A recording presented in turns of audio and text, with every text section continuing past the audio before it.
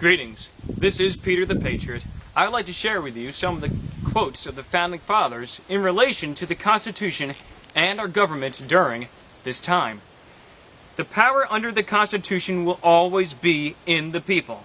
It is entrusted for certain defined purposes, and for a certain limited period to representatives of their own choosing, and whenever it is executed contrary to their interest or not agreeable to their wishes, their servants can and undoubtedly will be recalled.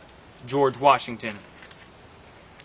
I am committed to the Constitution of the country, and I am committed against everything which in my judgment may weaken, endanger, or destroy it, and especially against all extension of executive power. And I am committed against any attempt to rule the free people of this country by the power and the patronage of the government itself. Daniel Webster. In questions of power, then, let no more be heard of confidence in man, but bind him down from mischief by the chains of the Constitution. Thomas Jefferson. It is hardly too strong to say that the Constitution was made to guard the people against the dangers of good intentions. There are men in all ages who mean to govern well, but they mean to govern. They promise to be kind masters, but they mean to be masters. They think there need to be but little restraint upon themselves. The love of power may sink too deep in their own hearts. Daniel Webster.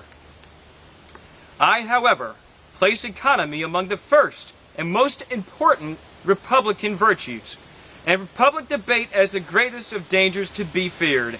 To preserve our own independence, we must not let our rulers load us with perpetual debate. I am for a government rigorously frugal and simple. Thomas Jefferson. The sum of all is, if we would most truly enjoy the gift of heaven, let us become a virtuous people. Then shall we both deserve and enjoy it.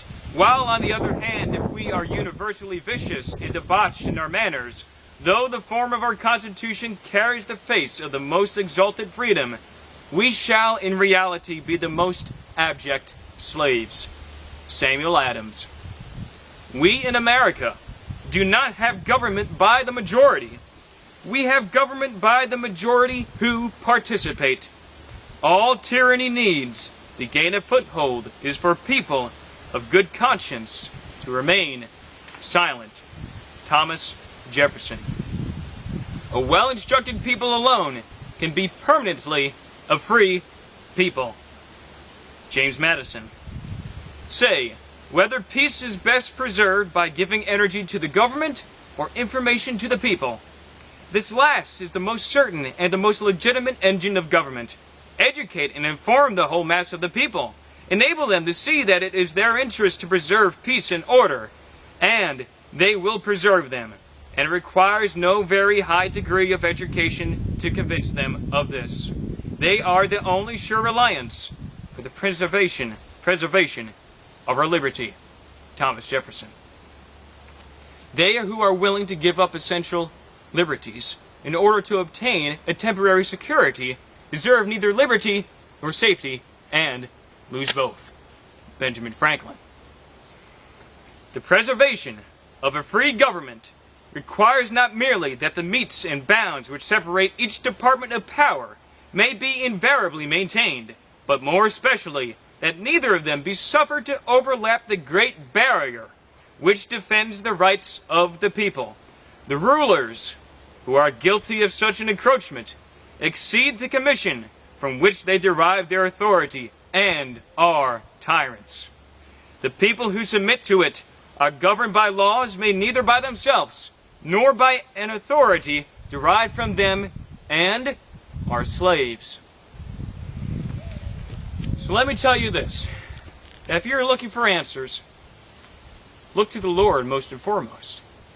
If you're looking for peace, look to the Lord. For Jesus said, I am the way, the truth, and the life. No one comes to the Father except through me.